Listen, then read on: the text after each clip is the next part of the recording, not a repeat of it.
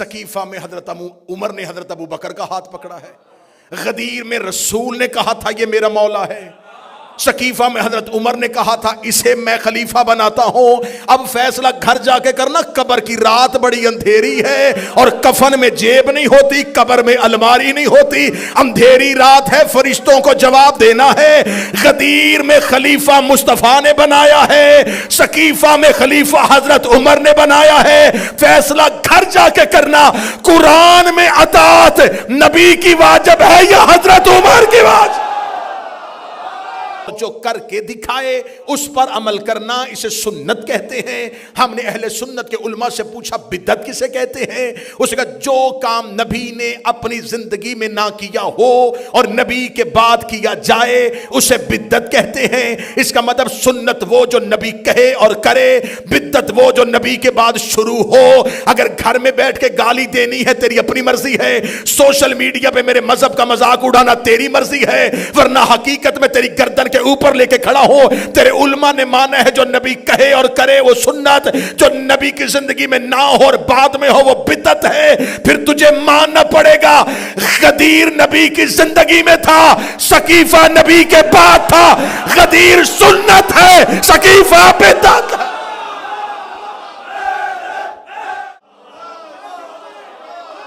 Saqifah نبی کے بعد تھا اور یہ فیصلہ تیرے علماء کر چکے ہیں، جو زندگی میں کہے اور کر کے دکھائے۔ غدیر میں منہ سے کہہ رہا تھا، ہاتھ پکڑ کے دکھا رہا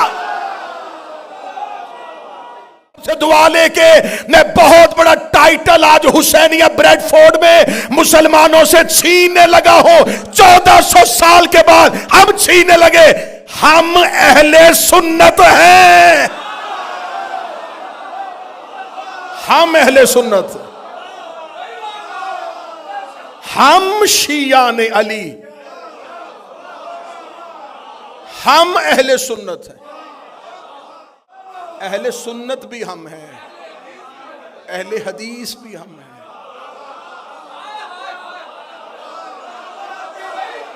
سنت پر بھی عمل ہم نے کیا، حدیث پر بھی عمل ہم نے کیا۔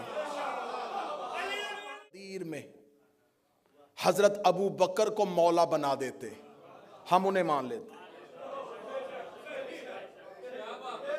4 بندوں نے بے شک کیوں کہا ہے؟ مشکل فیصلہ ہو گیا، مان لیتے۔ رسول نے، کیونکہ قرآن نے کہا جو رسول دے۔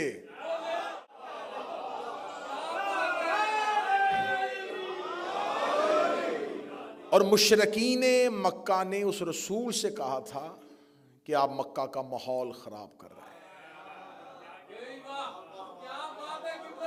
نسل در نسل، نسل در نسل ہم سب کے بزرگ اکٹھے یہاں رہتے رہے، ہم آپس میں ایک دوسرے کے ساتھ تعلق داریاں رکھتے ہیں۔ ایسی بات نہ کرو جس سے کمیونٹی ڈیوائیڈ ہو جائے، جس سے مکے کا مزاج بدل جائے۔ تو رسول اللہ نے فرمایا کہ مجھے اللہ نے یہی حق کا پیغام دے کے بھیجا ہے، تم مانو پھر بھی حق یہی ہے، نہ مانو پھر بھی حق یہی ہے۔ میں تم سے تمہارے خدا زبردستی چھڑوا تو سکتا نہیں، بتا تو سکتا ہوں۔ ہم عین رسول کی سنت پر عمل کر رہے ہیں، ہم تم سے زبردستی کسی کو چھڑوا نہیں سکتے، حق منوا تو سکتے، حق پہنچا تو سکتے، حق بتا تو سکتے۔ آپ نے جس کو ماننا ہے پھر اس حق کو سننے کے بعد آپ اسے مانیں۔ میں نے کل کی گفتگو یہاں پہ آ کے روک دی تھی کہ پورا جہاں جہاں اسلام ہے وہ فدق کی وجہ سے۔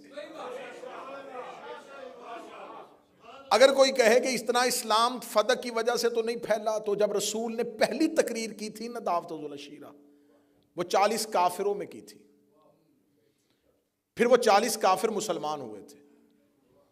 آج پوری دنیا میں جتنے مسلمان ہیں یہ ان 40 کافروں سے شروع ہوئے تھے۔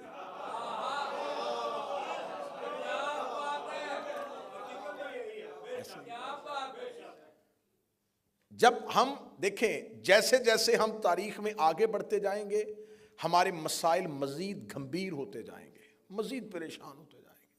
اگر ہم نے غلط فہمیاں ختم کرنی ہے تو ہمیں پچھلے قدم واپس پلٹنا ہے۔ جیسے آگے بڑھتے جا رہے ہیں، کتابیں زیادہ ہوتی جا رہی ہیں، لوگ زیادہ ہوتے جا رہے ہیں، علماء زیادہ ہوتے جا رہے ہیں، بحثیں زیادہ ہوتی جا رہی ہیں، مذہب زیادہ، اس سے 100 سال پیچھے جائیں، کتابیں بھی کم ہو جائیں گی، لوگ بھی کم ہو جائیں گے، پھر اس سے 100 سال پیچھے جائیں اور کمی آ جائے گی، پھر اس سے 100 سال پیچھے جائیں اور کمی آ جائے گی۔ جیسے جیسے ہم تاریخ کا فاصلہ الٹے قدم لیفا، اب یہ مدینہ مرکز میں تقریر شروع ہو چکی ہے جی، اب جب یہ مدینہ مرکز میں منبر پہ نبی کے جانشین کی حیثیت سے بیٹھ گئے تو اب انہوں نے نظام اسلام کو صرف مدینے تک نہیں پہنچانا تھا۔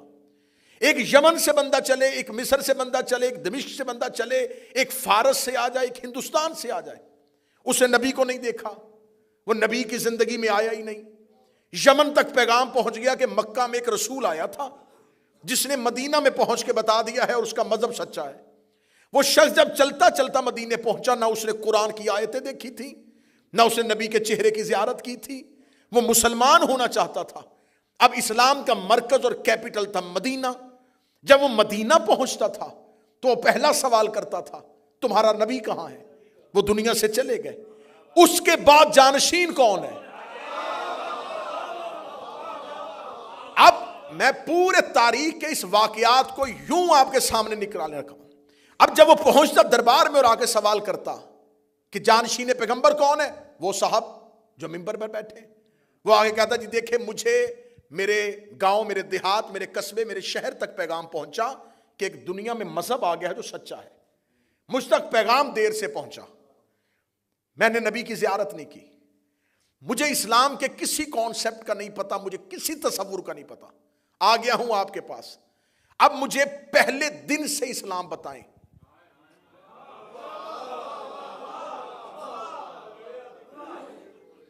میں نے تو نبی دیکھا ہی نہیں، میں نبی کی محفل میں نہیں بیٹھا، آپ لوگ تو وہ تھے نا جو نبی کے پاس، اور آپ نبی کے جانشین ہیں، بتا سکتے ہیں کہ اللہ ہے تو نظر کیوں نہیں آتا؟